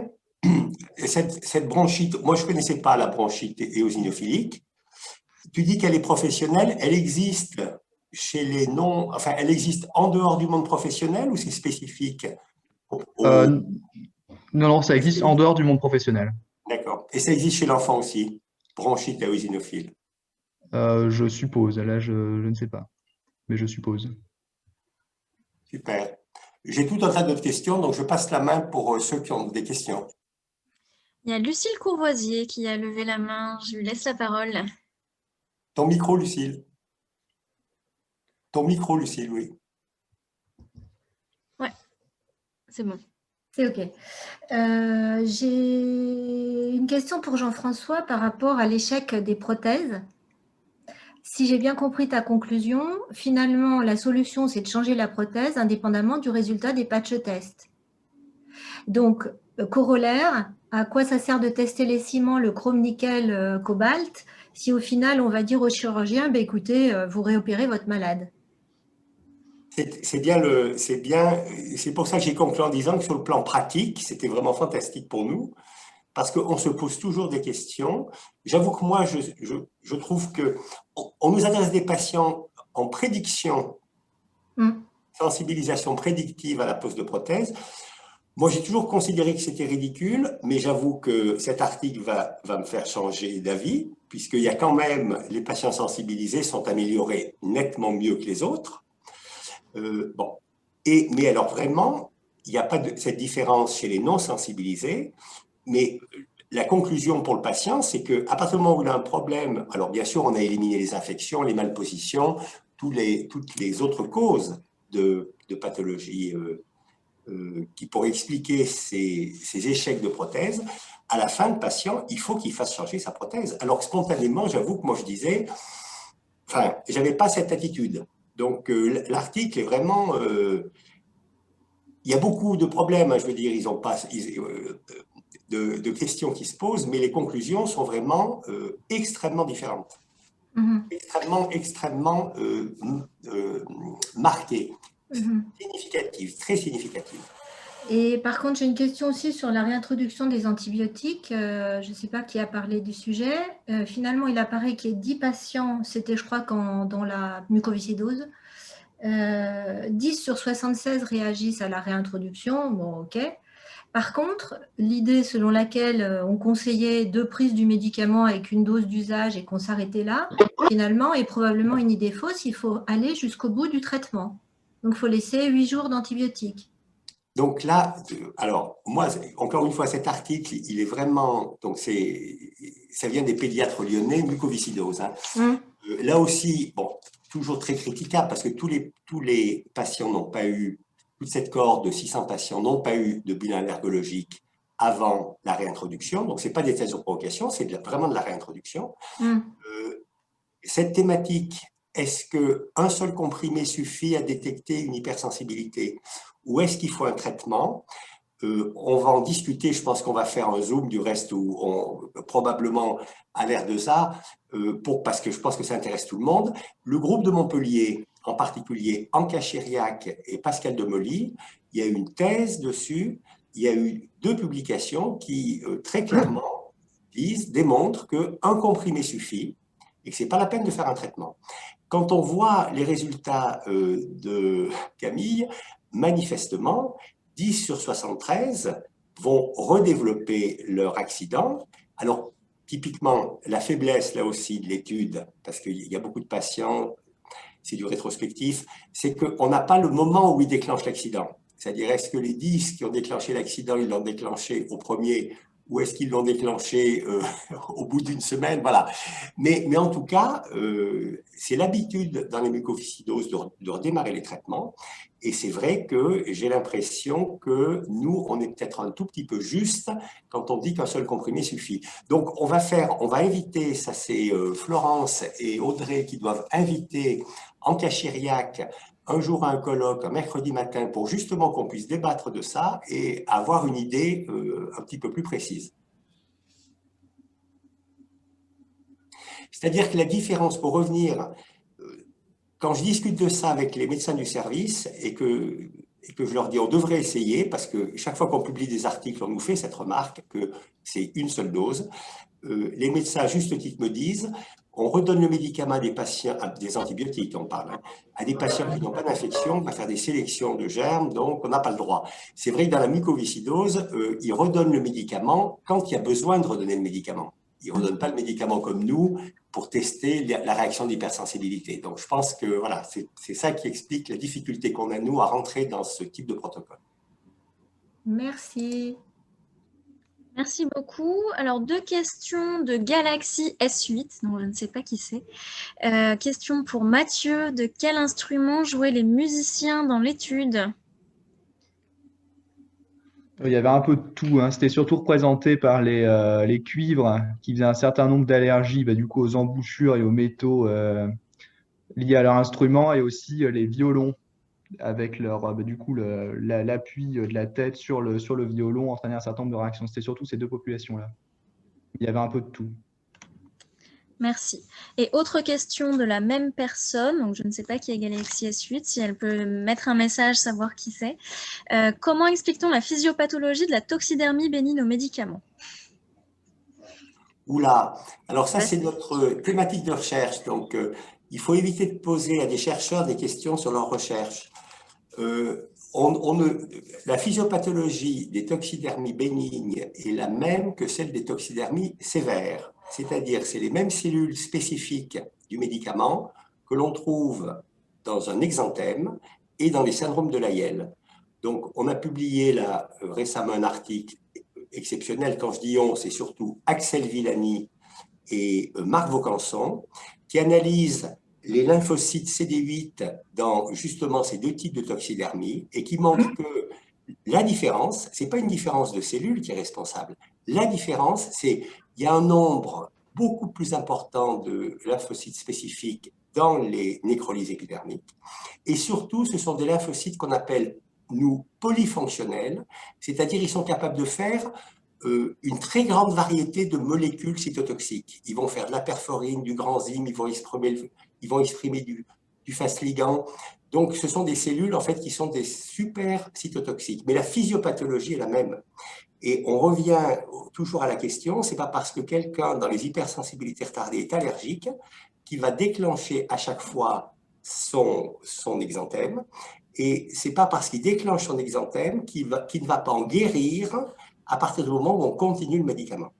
On le sait pour le VIH, la trithérapie donne beaucoup de toxidermie chez le patient VIH. Les médecins spécialistes du VIH n'ont jamais arrêté les traitements parce que c'est un arrêt de mort, entre guillemets, pour les patients VIH.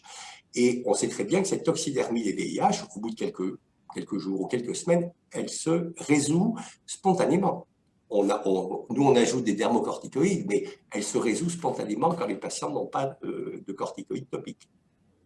Donc, physiopathologie est la même. Désolé, mais c'est vrai qu'il ne faut pas poser des questions comme ça à des spécialistes. Laure, j'avais posé une question. Oui, j'allais te passer la parole justement sur la rhinite allergique. Oui, merci. Écrite, donc je la fais à l'oral, c'est destiné aux ORL, à Jean-Louis s'il est là. Est-ce que le traitement de la rhinite allergique dans la saison pollinique 2020 a eu une influence quelconque, en plus ou en moins, sur les syndromes d'hyposmie, anosmie, post-Covid? Donc, sous-entendu, est-ce que ce syndrome peut être accessible à un traitement par typothérapie locale?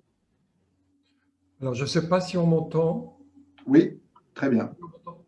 Bon, c'est super. On voit effectivement en ce moment énormément de troubles de l'odorat liés au Covid, mais c'est difficile parmi ces troubles de l'odorat qu'on voit de… On n'entend pas très bien, j'en lui parle plus fort. C'est difficile parmi ces troubles de l'odorat qu'on voit, le nombre de troubles de l'odorat qu'on voit est multiplié par 4 en ce moment par rapport à l'habitude.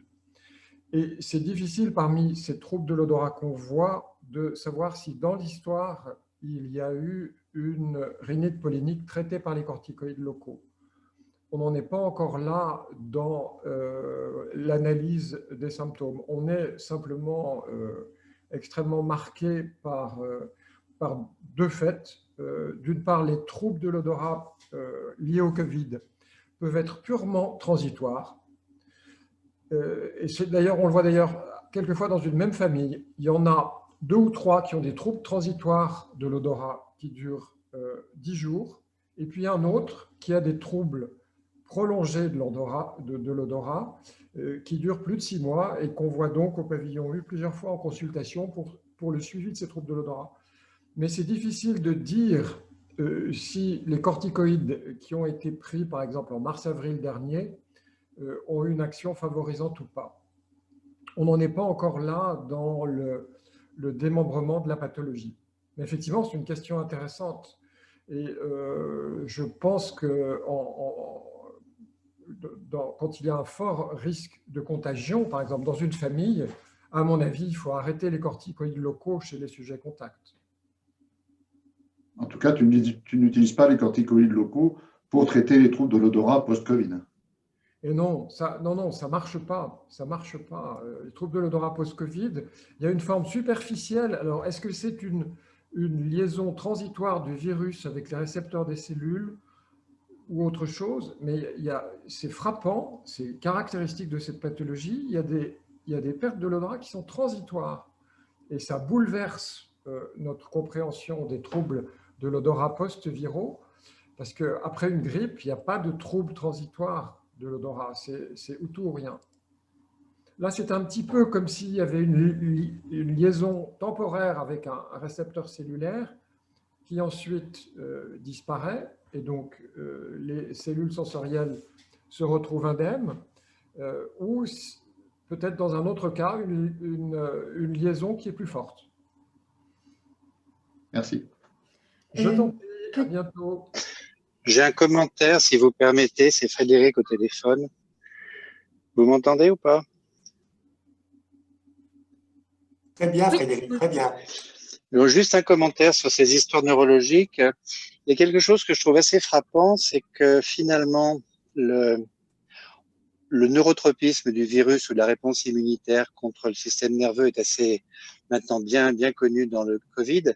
Et quand on regarde les essais cliniques sur la vaccination, tout le monde parle beaucoup du risque allergique qui finalement est inférieur à 1 pour 100 000 et globalement, c'est pas vraiment un sujet. Par contre, quand on regarde les vrais effets secondaires de la vaccination en dehors de l'allergie, eh bien, on a une fréquence paralysie faciale 1 cas pour 6 000, ce qui est quand même assez fréquent. On a 3 cas de myélite, ce qui n'est pas fréquent, mais il n'y a pas d'autres finalement effets secondaires. Et la plupart des effets secondaires immunitaires de la vaccination sont des effets secondaires neurologiques qui touchent soit les cycles périphériques, soit la moelle. Et il n'y a pas tellement grand-chose d'autre. Il n'y a pas d'hépatite, il n'y a pas de dresse, il n'y a pas de... Voilà, donc on a l'impression que le virus a un tropisme neuro et que les effets secondaires de la vaccination ont aussi un petit tropisme neurologique. Donc je trouve ça, voilà, peut-être à surveiller, à essayer de comprendre un peu mieux. Moi, je voulais juste rebondir sur ce que disait Jean-Louis. Je conseille depuis le début à mes patients qui prennent leurs corticoïdes en raison de leur polynose, notamment, ou pour leur rhinite carien, leur corticoïde nasal, je leur conseille l'arrêt 2 semaines s'ils ont un test PCR positif suite justement à une perte d'odorat. Est-ce que ça te semble raisonnable et adapté? Oui, ça me paraît logique. Pour des gens qui avaient une atteinte récente de l'odorat et une baisse importante de l'état général, en ce qui me concerne, je me suis permis d'essayer une cure de 10 jours de corticoïdes généraux. Ça a un très bon effet sur la baisse de l'état général, comme on le voit après une mononucléose infectieuse, c'est-à-dire les gens sont plus en forme, mais ça n'agit pas sur l'évolution du trouble de l'odorat qui continue sa course. Une course qui est très bizarre parce que les gens, d'ailleurs, on le remarque, des réamorçages de la fonction et puis à nouveau une chute de la fonction. Alors, il ne faut pas oublier que les cellules de l'odorat sont, chez l'être humain, des cellules qui se renouvellent tous les mois. Donc, chez tout le monde, les cellules de l'odorat se renouvellent. Donc, on a affaire à une dynamique qui est particulière. C'est une des rares zones où les neurones se renouvellent. Et c'est probablement ce qui fait que dans l'évolution, on voit une amélioration à un certain moment, puis ensuite on est déçu parce que cette amélioration s'effondre et il y a une perte à nouveau de la fonction. En ce moment, on fait une étude avec le CNRS là-dessus. Voilà, donc, à mon avis, tu as raison, en pleine période d'infection, à mon avis, il faut arrêter les corticoïdes locaux pour donner toute sa chance au système immunitaire. Et voilà. Merci bien, Jean-Louis. Mais la question quand même persiste, est-ce que ces histoires de perte d'odorat liées au Covid sont vraiment liées à une action directe cytotoxique du virus sur le système, ou est-ce qu'il y a une partie de réponse immunitaire associée? À mon avis, c'est une action directe du virus sur la tâche olfactive, qui est une partie du système nerveux exposé à l'air libre, hein, on peut le voir comme ça. Les pauvres neurones olfactifs, ils sont exposés tout nus à toutes les agressions virales, qu'il s'agisse de la grippe ou du Covid. Et à mon avis, c'est une action directe cytotoxique, enfin le virus tue la cellule, agresse la cellule et la tue. Il y a d'autres questions? Oui, il y avait une question de démocrate Kabila. Alors, j'ai pas très bien compris la question, donc si elle peut la redire à l'oral. Rhinopharyngite allergique et traitement corticoïde spray serait-il un bon adjuvant au traitement spécifique? Et la profession la plus touchée. Donc, si démocrate Kabila, enfin, je ne sais pas qui c'est, peut nous dire un peu plus précisément sa question.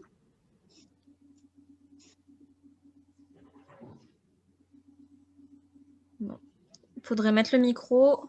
En attendant, démocrate. Oui, il y a une question autre. Il avait une question. Et ouais, il y avait du coup la question, hop, je la lis. Il y avait aussi une autre question de la même personne. Pouvons-nous dire que les troubles immunologiques ne sont pas forcément histaminodépendants? Pardon. Donc non nécessaire de donner un antihistaminique en face d'une réaction allergique en cas d'infection à SARS-CoV-2, important ou pas. Donc, bon,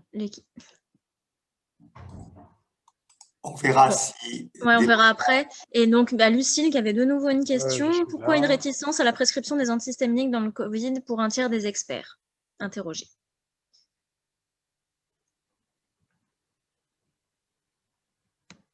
Lucille, tu nous entends? Oui, je vous entends. Je crois que c'était le travail que rapportait Jean-Louis Fauquer sur les médicaments locaux, corticoïdes locaux, etc. Et j'ai cru voir, mais peut-être me suis-je trompée, que dans la ligne antihistaminique, il y avait un certain nombre de personnes qui étaient partagées sur la prescription des antihistaminiques. Absolument, c'est vrai, c'est juste, tu as très bien vu, Lucille. On a été nous aussi surpris, mais c'est parce que notre groupe de travail est constitué d'ophtalmo et d'allergos, et les ophtalmos sont très réticents à l'utilisation des antihistaminiques H1. Ils vont directement aux corticoïdes locaux, ce qui n'est pas une bonne option pour nous, et il y a eu de gros débats dans le panel de discussion là-dessus voilà. Et donc les allergos avaient tous voté pour les antihistaminiques H1 et les ophtalmos, il y en a une partie qui s'était marginalisée de ce fait-là. Mais c'est tout problème de ces groupes multidisciplinaires où nous n'avons pas la même culture. Et je m'appelle Jean-Luc et pas Jean-Louis, merci. Merci Jean-François. Donc, démocrate avait pris la main. Si démocrate veut se... Bien, je suis là, je crois que quelqu'un m'entend. Oui, vas-y. D'accord. Alors, ce que j'essayais de dire, c'est que dans les cas de rhinite allergique, généralement, l'accès à certains produits, comme nous les connaissons évidemment, n'est pas toujours facile dans certaines zones. Je suis en RDC, je suis médecin, et face à plusieurs circonstances, nous nous retrouvons face à l'incapacité de se procurer des traitements spécifiques, des anti IL3, IL5 et tout le reste. Alors, je me dis, les rhinites allergiques, lorsque nous n'avons pas tout ce qu'il faut, est-ce que la corticothérapie par voie locale, donc en spray généralement, qui est accessible, ne serait pas adjuvant, ne pourrait pas aider essentiellement en cas de rhinite allergique dans le contexte professionnel. Je parle bien du contexte professionnel, évidemment.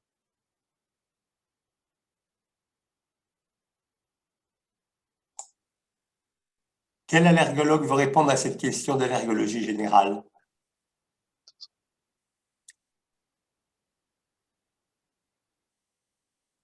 Jean-Louis, tu as compris?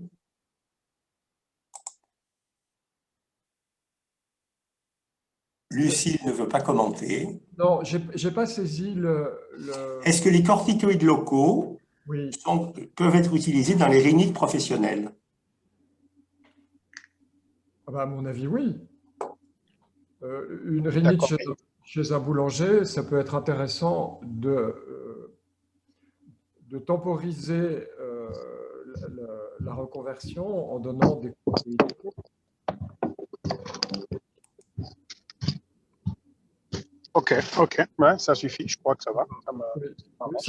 Ça permet d'attendre, de même que dans une rhinite pollinique sévère, on a vu une diapo qui était très intéressante sur l'association des antileucotriènes et des antihistaminiques. Effectivement, c'est quelque chose que les cliniciens faisaient spontanément, de façon intuitive, et ça marche mieux que les antihistaminiques tout seuls. Très bien, merci bien Jean-Louis.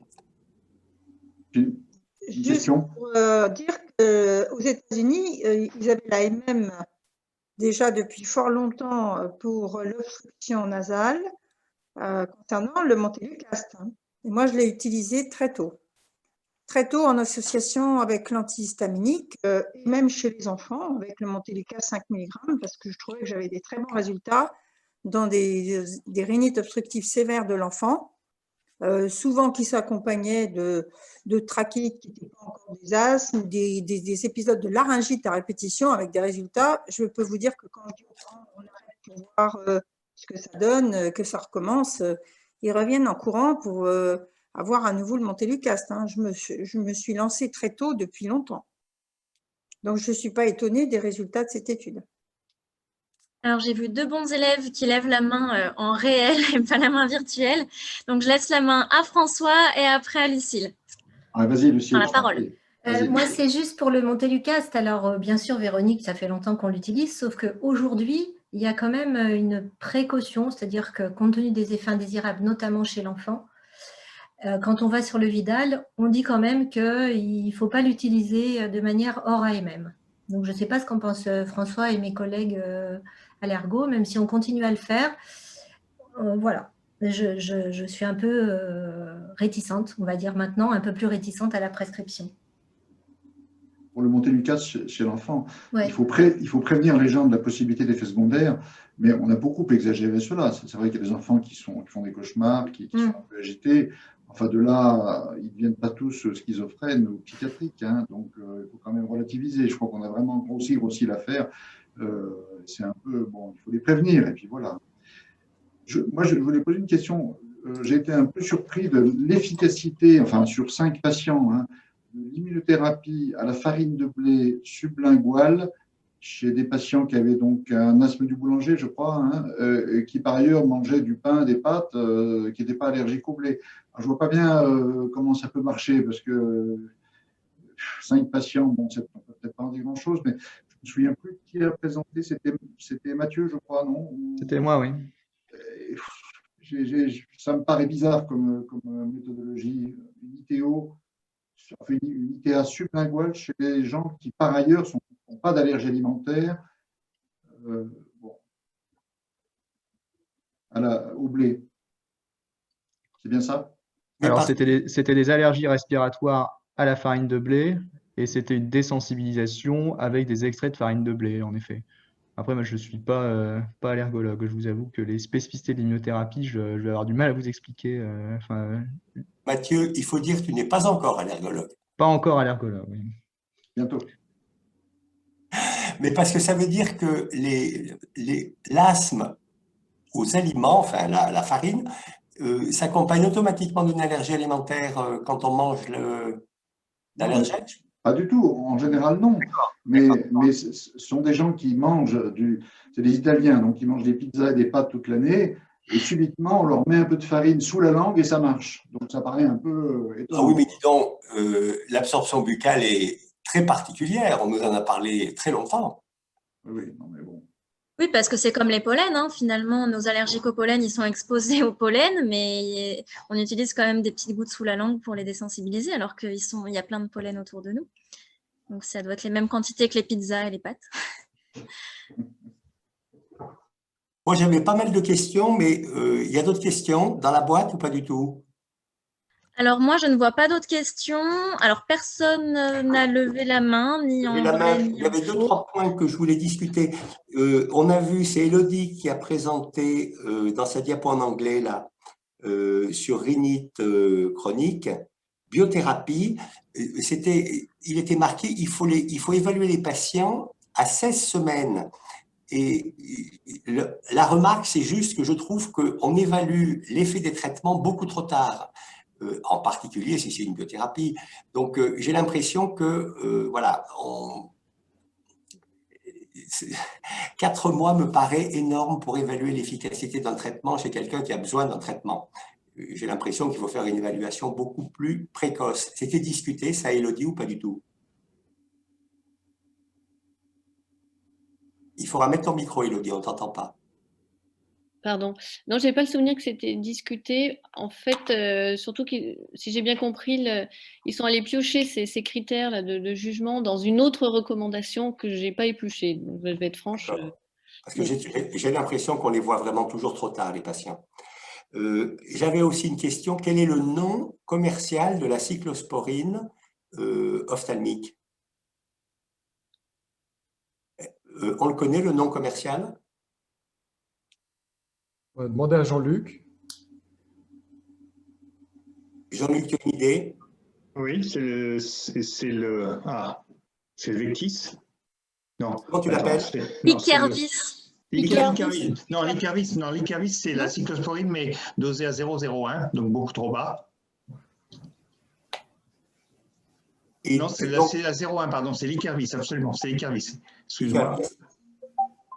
Parfait, merci bien, parce que je ne l'ai jamais. Et nous, c'est vrai qu'on s'en sert, enfin, moi, je m'en étais servi, autant des études cliniques, pour tout un tas de pathologies au niveau de la muqueuse buccale. Je me rappelle les lichen plans, c'était un excellent traitement. Donc, voilà, c'est la raison pour laquelle je voulais retrouver le nom. Alors, l'Ikervis est dosé à 0,1% et en pathologie vernale et de keratoconjugite vernale et de keratoconjugite atopique, on l'utilise à dose beaucoup plus élevée, à 0,5, etc. Donc, en fait, là, la tolérance au protocole Vectis est très bonne, mais l'efficacité est quand même très relative. Et tu l'appelles comment, là? On ne l'appelle pas, on l'a fait produire par nos pharmaciens, Jean-François. D'accord, parfait. Parfait. Ben, donc, je prendrai contact avec toi. Une autre remarque dans ce qu'a dit Sophie, eczéma des mains chez les soignants, donc il n'y a pas de différence dans Covid plus, Covid moins, mais vous avez quand même remarqué que ça faisait 15% du personnel dans les deux groupes, 15% qui avait un eczéma des mains. Oui, en effet, du coup, il disait que c'était quand même plus fréquent que d'autres, que dans la population générale. Bien sûr. C'est pour ça qu'il proposait de mettre des crèmes hydratantes et des gants en coton sous les gants de travail dans cette population. Oui, c'est vraiment un réel souci, l'eczéma des mains, bien sûr, dans le monde professionnel. J'avais une question pour Brice. Est-ce que tu confirmes ce que j'ai compris? C'est-à-dire que les non-allergiques respiratoires sont plus sensibles aux polluants que les allergiques? Oui, tout à fait. C'est ce qu'il montrait dans le deuxième article. C'était surtout pour le NO2, en fait. Qu'ils avaient démontré ça, que c'était surtout significatif pour ce gaz-là. D'accord. Donc, ils sont aussi sensibles que les allergiques et ils sont plus sensibles pour certains des polluants. Voilà, c'est ça. Ouais. D'accord. D'accord. Et puis c'est tout pour moi. En tout cas, je me suis régalé. Je repasse la parole à Laure et à François. Là, je voudrais faire simplement une remarque. Par rapport à la rhinite allergique, il y a eu deux articles présentés.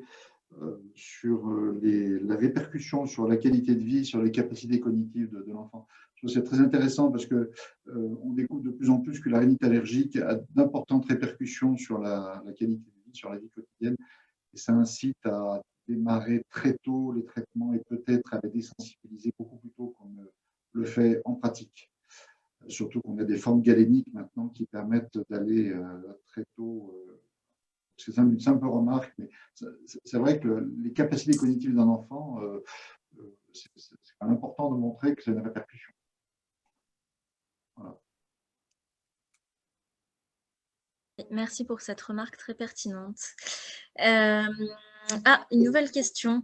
Quel serait le mécanisme physiologique de la protection des patients allergiques contre les épisodes de pollution?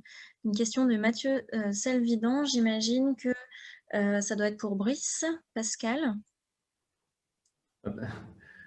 Là, comme ça, la physiologie, je ne sais pas trop. Peut-être le meilleur traitement, ça serait de mettre des masques. C'est la mode en ce moment.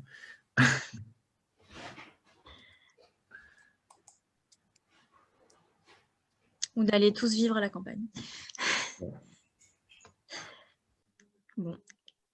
Eh bien, écoutez, pas d'autres questions. Je refais un tour, voir si quelqu'un lève la main. Personne ne lève la main. Donc, on va pouvoir, si vous êtes tous d'accord, lever la séance.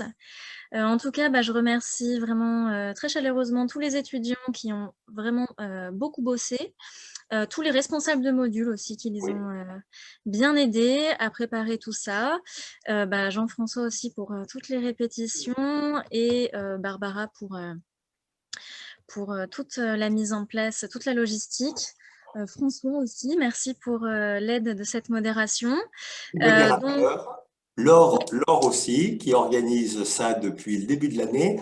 On est en train du reste de partir à la chasse, quand je dis on, tu es en train de partir à la chasse des étudiants qui présenteront le best-of 2022. Donc n'hésitez pas, ceux qui sont en ligne, à tout de suite contacter Laure pour vous inscrire. Oui, parce que donc j'ai déjà, effectivement, en général, dès le lendemain du best-of, on lance le recrutement pour l'année d'après, sachant que j'ai déjà des étudiants pour 2022 et c'est un peu premier arrivé, premier servi. Donc, s'il y a un module qui vous plaît absolument, n'hésitez pas à me contacter rapidement. Et parce qu'après, par contre, on bouche entre guillemets les trous. Donc, vous aurez peut-être du travail dans un sujet qui vous plaît un peu moins. En tout cas, oui, merci à tous les participants aussi, parce que finalement, on a été plus nombreux qu'en réel. Mais bon, j'espère quand même que l'année prochaine, ça sera en réel. Oui. Et sans masque.